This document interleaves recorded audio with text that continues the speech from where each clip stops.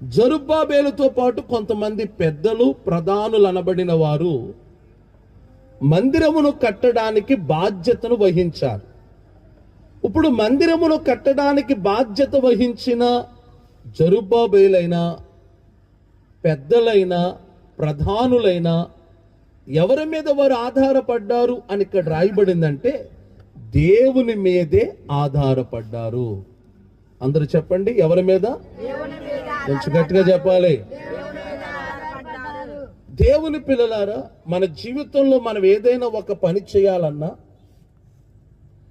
ఆ పని జరిగించుటలో మనము దేవుని మీద ఆధారపడాలి. దేవుని మీద ఆధారపడిన వారిని దేవుడు ఎప్పుడు త్రోసివేసేవాడు కాదు.